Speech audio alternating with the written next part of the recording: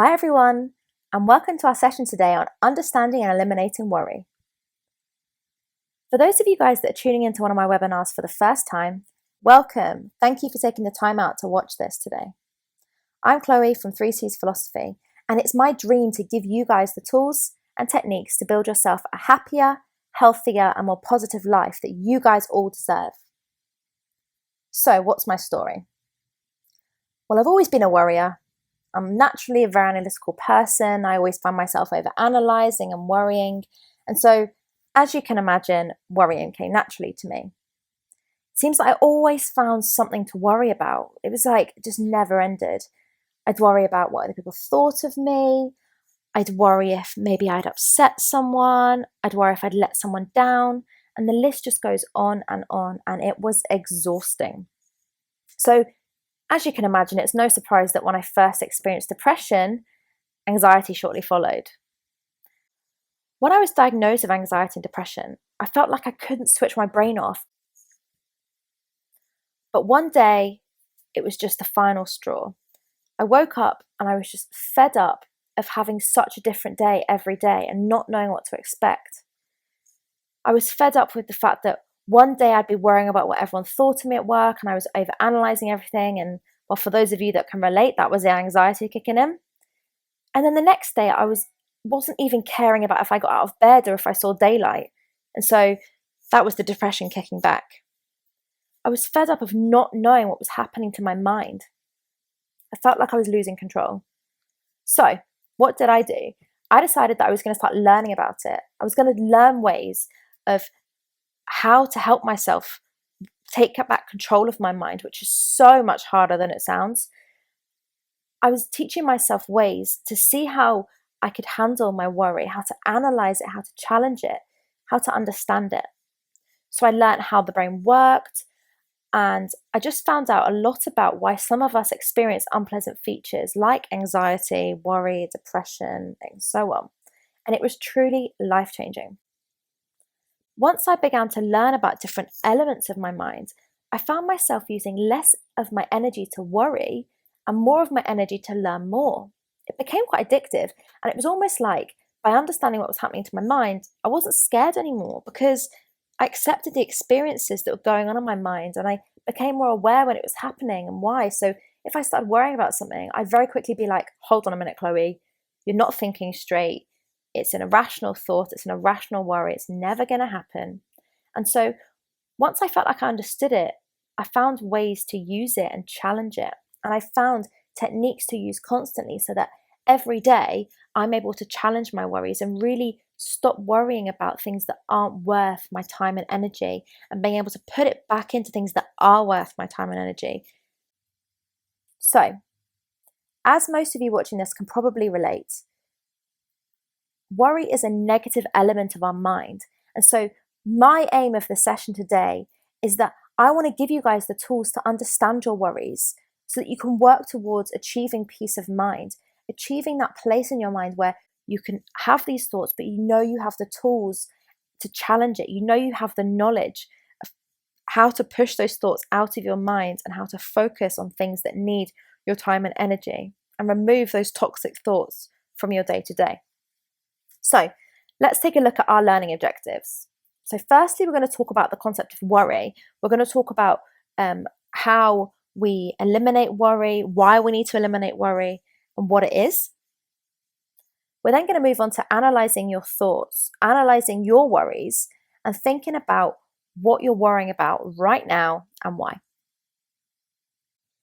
And finally, we're going to look into how we can prioritise our worries and learn how to convert them into goals so that by the end of this session, I want you guys to have a minimum of 5 goals that you're going to do that when you've achieved them, they will eliminate your worries.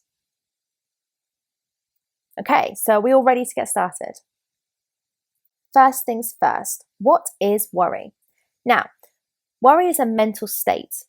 It's in our minds, it's created by our mind, and it's a state of being anxious or troubled over actual or potential problems. Now, I've emphasized actual or potential problems because they are quite different.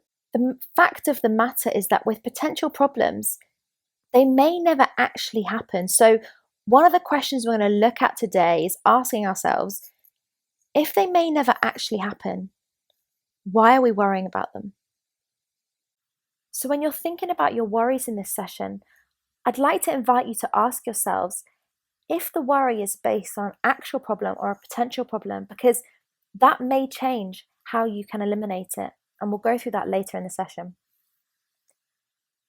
But firstly, why do we need to eliminate worry from our mind?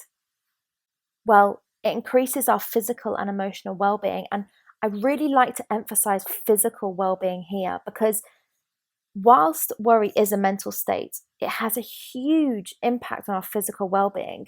Many of you guys will have experienced it. When we worry, we may start to sweat, we can shake, we can feel sick. It can get to the point where our muscles tighten up.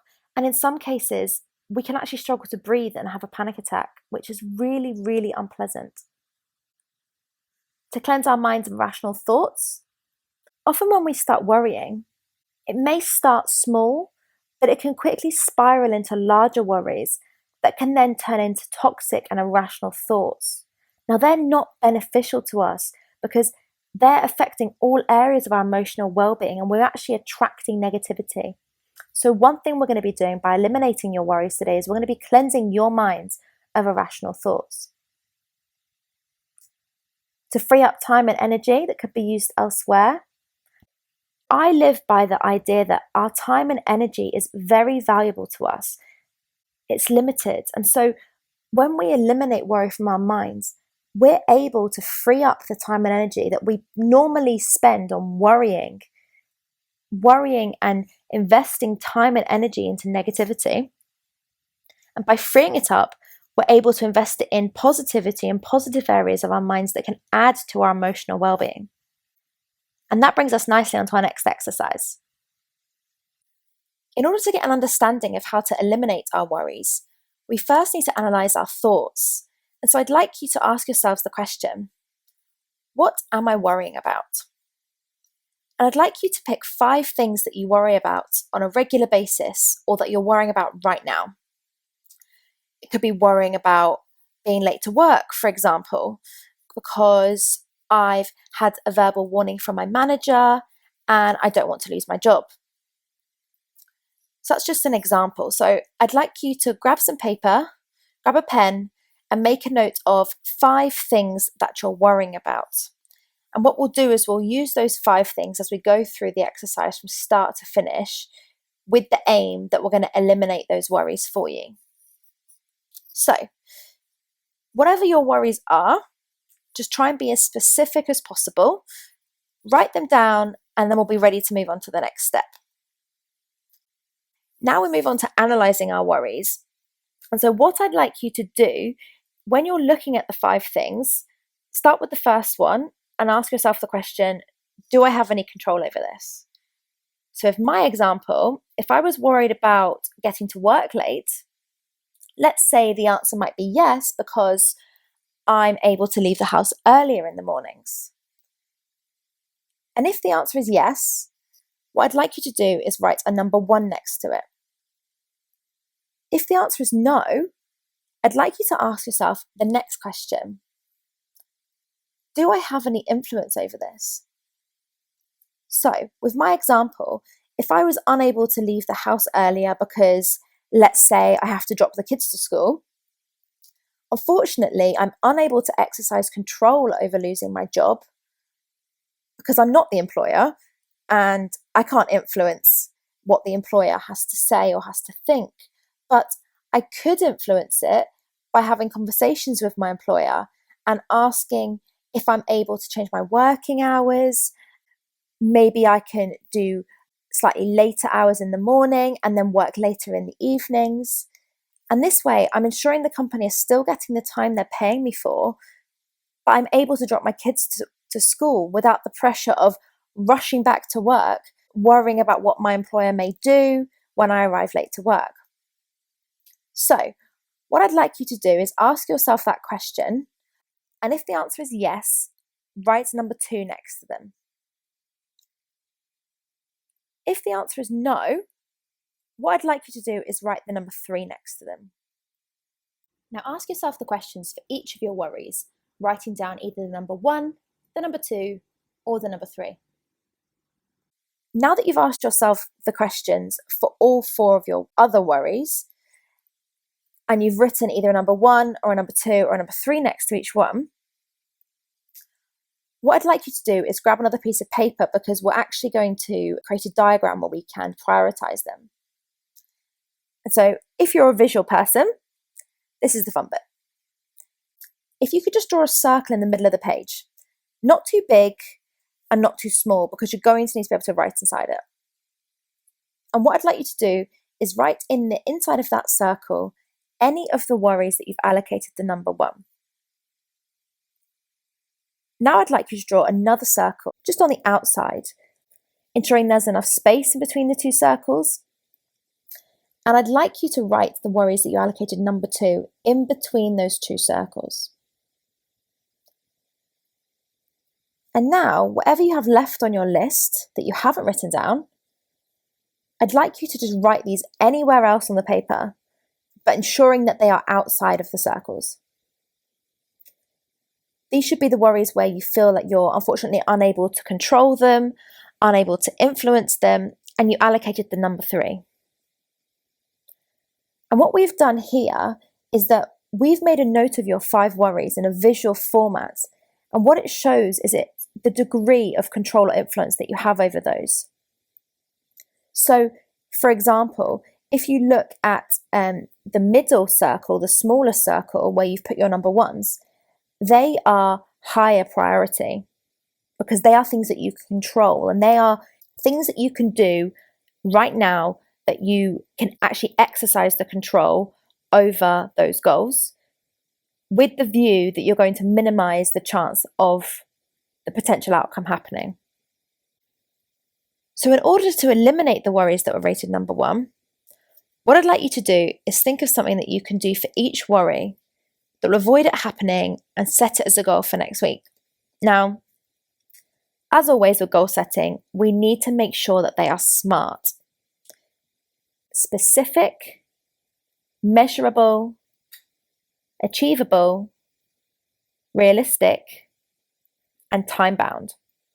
So if I go back to the example of being late for work, I could set myself the goal that starting tomorrow, I'm going to leave the house 20 minutes earlier every day to ensure that I arrive at work on time. So this is specific because I've not just said I'm going to leave the house earlier, I've actually stated the amount of time that I'll leave earlier, and I've directly linked that to the desired outcome by saying to ensure that I arrive at work on time. This way, it's not like I'm going to leave my house 20 minutes earlier, but I've got time to stop off for a coffee on the way. This is, I'm going to leave the house 20 minutes earlier so that I get to work on time. It's measurable because I can either leave the house 20 minutes earlier or I can't. So it's very quickly a yes or no as to whether I've met that goal. It's achievable because I know I have the ability to leave my house exactly 20 minutes earlier. Let's say because I may walk to work, and so I'm flexible as to when I can leave the house. Maybe I can ask my partner to take the kids to school. It's realistic because within my situation and within my lifestyle, 20 minutes is doable. And finally, it's time-bound because I've set a target date. I've said it's going to start tomorrow, and I've set a frequency because I've said it's going to be every day. So what I'd like you to do is just take a minute to review the worries in that circle, come up with one goal for each of those worries based on an action that you can take right now to avoid the worry happening. Now, let's look at the items in the outer circle. These are the items that you rated number 2. Now, these are the next priority, or in comparison, the lower priority items, because unfortunately we can't control them. So they're not going to be a quick win for us, but we can influence them.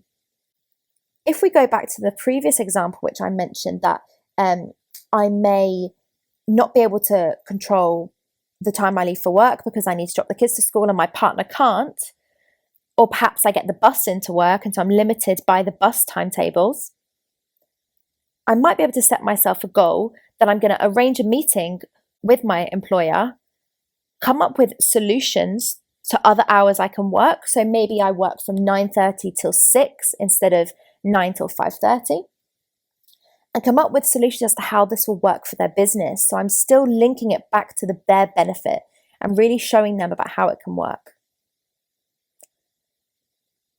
Now, that is specific because I'm linking it right back to my worry about the fact that it's connected to losing my job. It's measurable because I either have that conversation or I don't. It's achievable because I have a good relationship with my employer and I can actually have a one-to-one meeting with him. Maybe it might not be my employer, maybe it just be my line manager, but I'm actually doing something about it and I have the ability to do something about it. It's realistic because I'm actually setting the goal around what I think would work for the employer. It's not like I'm saying, I can't come in on time because I need to drop my kids to school. So how about I just don't work in the week, but I work 24 hours each day on the weekends, which obviously isn't realistic. And finally, it's time bound because once again, I'll set a target date. So I'll actually have a date in the diary with my line manager or my employer. And if it needs to have a follow-up meeting, maybe to sign a new contract or whatever, I'll also set myself a frequency. So maybe we'll have 2 more meetings, one in a week, one in a month, once the contract's drawn up or whatever it might be. Now, at the time you set that goal, you may not be able to actually fully set the dates because obviously you need to work out whether it's possible and when your employer is actually available. But that just gives you an example.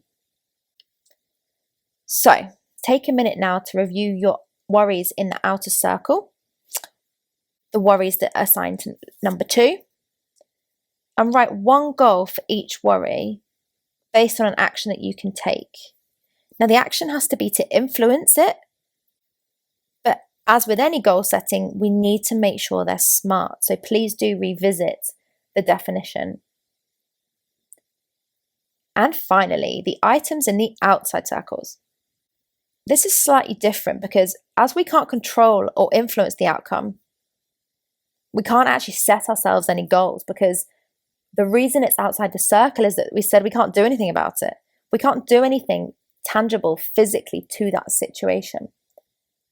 But what can we do? We can challenge ourselves.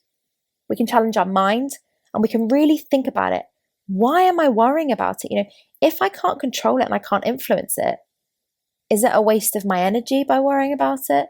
Is there a way I can minimize how much I worry about it?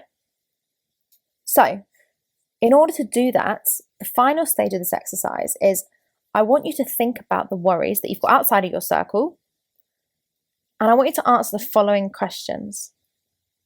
Okay, so what I'll do is I'll read out the questions first, and then I'll run through an example with you. So, first question.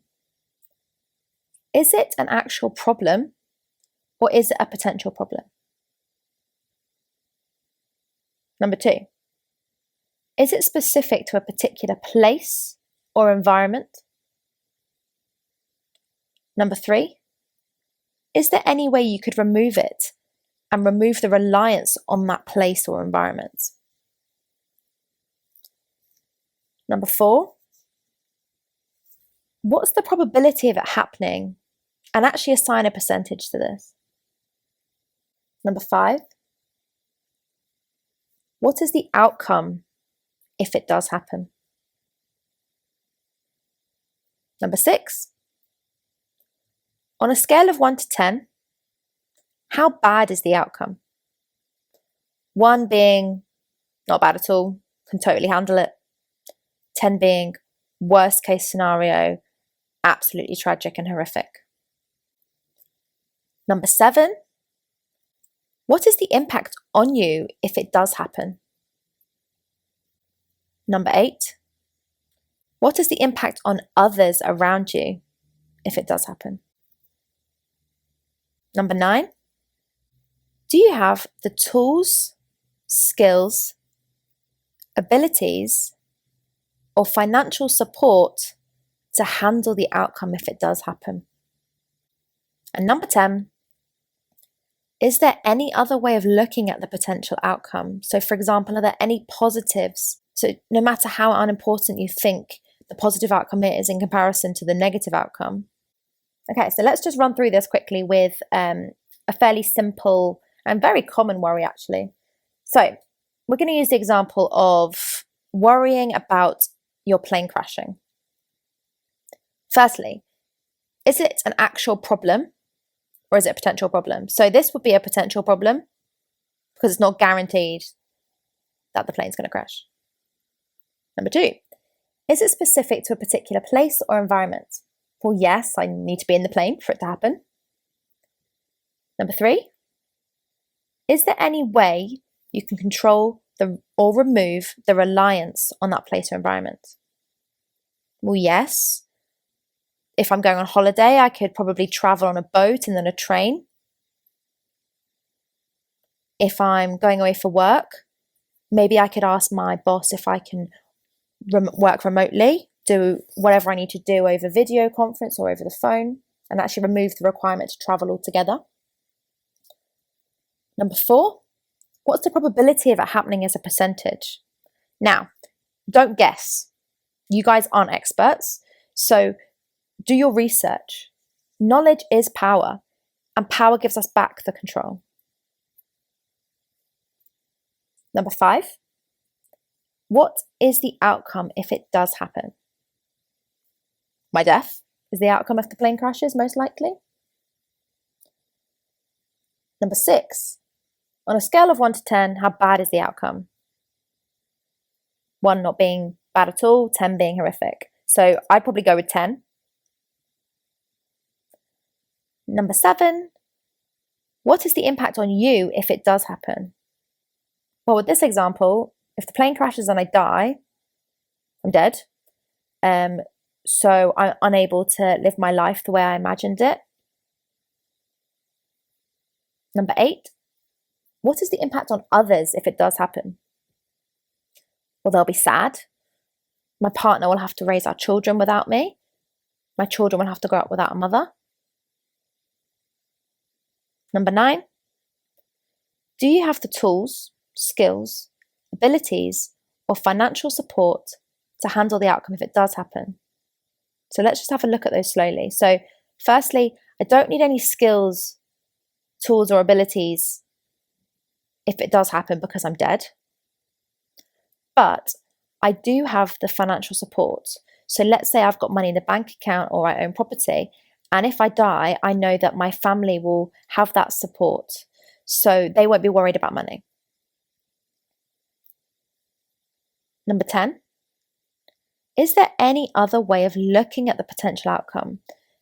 So this is a tough one, but we need to think about, are there any positive outcomes, no matter how unimportant they are in comparison? Are there anything positive at all that could come from the worst case scenario? So in our situation, if I'm in a plane crash and I die, I'm no longer able to have negative experiences. So I can't feel pain, can't feel sadness, can't worry.